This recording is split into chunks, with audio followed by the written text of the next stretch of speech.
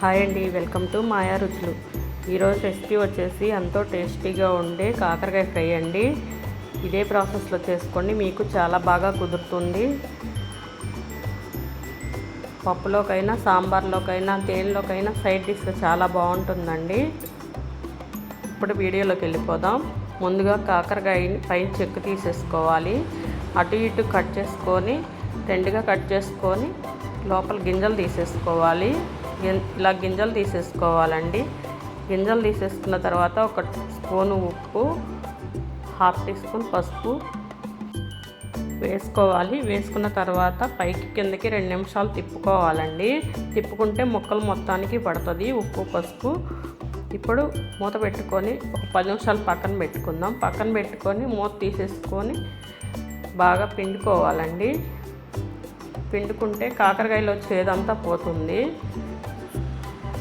ఇలా వాటర్ వస్తాయి కాకరకాయలో నుంచి, అది చేదు మొత్తం పోయినట్లు.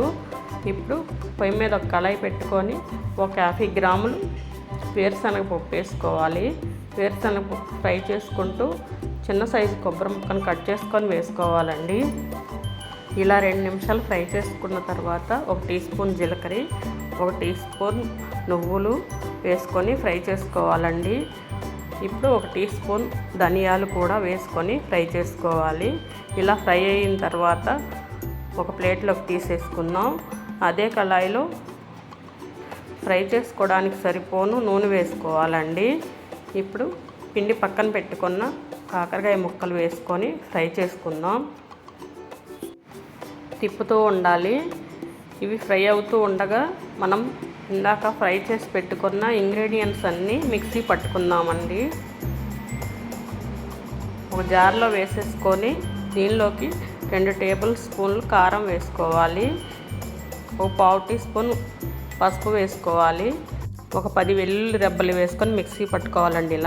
ఇలా మిక్సీ పట్టుకున్న తర్వాత ఒక ఉల్లిపాయని కట్ చేసుకొని వేసుకోవాలి. ఇప్పుడు ఇది కూడా మిక్సీ పట్టుకుందాం. ఇప్పుడు ఉప్పు వేసుకొని మళ్ళీ మిక్సీ పట్టుకుందామండి. ఇలా మిక్సీ పట్టుకోవాలి. మిక్సీ పట్టుకొని పక్కన పెట్టేసుకుందాం.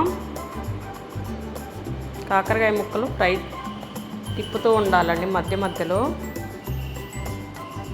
లేకపోతే ఒక పక్కనే మాడిపోతాయి.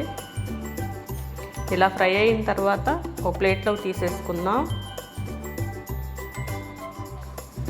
ఇప్పుడు మిక్సీ పట్టిన మిశ్రమాన్ని ముక్కల్లో పెట్టుకుందాం. పెట్టుకున్న తర్వాత పొయ్యి మీద అదే కళాయి పెట్టుకొని పోపు దినుసులు వేసుకోవాలండి. వేసుకున్నాక ఒక 2-3 రెబ్బలు కరివేపాకు దూసి వేసుకోవాలి. వేసేసుకొని అటు ఇటు తిప్పుకోవాలి. ఇలా తిప్పుకుంటూ ఫ్రై చేసుకోవాలండి. ఇలా ఫ్రై అయిన తర్వాత కాకరకాయ ముక్కలు వేసుకొని ఫ్రై చేసుకోవాలండి. తిప్పుకుంటూ ఫ్రై చేసుకోవాలి. ఒక 2 నిమిషాలు ఫ్రై చేసుకున్న తర్వాత ఇందాక మిక్సీ పట్టుకున్న మిశ్రమాన్ని మళ్ళీ కాకరకాయ ముక్కల్లో వేసుకొని తిప్పుకుంటూ ఉండాలి. ఆ మిశ్రమం మొత్తం అలా తిప్పుకుంటూ ఉంటే మొత్తం ముక్కలకు బాగా పడుతుందండి.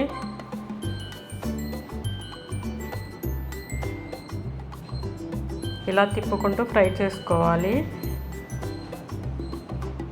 ఒక 5 నిమిషాలు ఫ్రై చేసుకుంటే ఎంతో టేస్టీగా ఉండే కాకరకాయ ఫ్రై రెడీ అయిపోతుంది.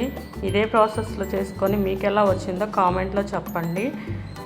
మా ఛానల్ని లైక్ చేయండి, షేర్ చేయండి, సబ్స్క్రైబ్ చేసుకోండి. థ్యాంక్ యూ అండి.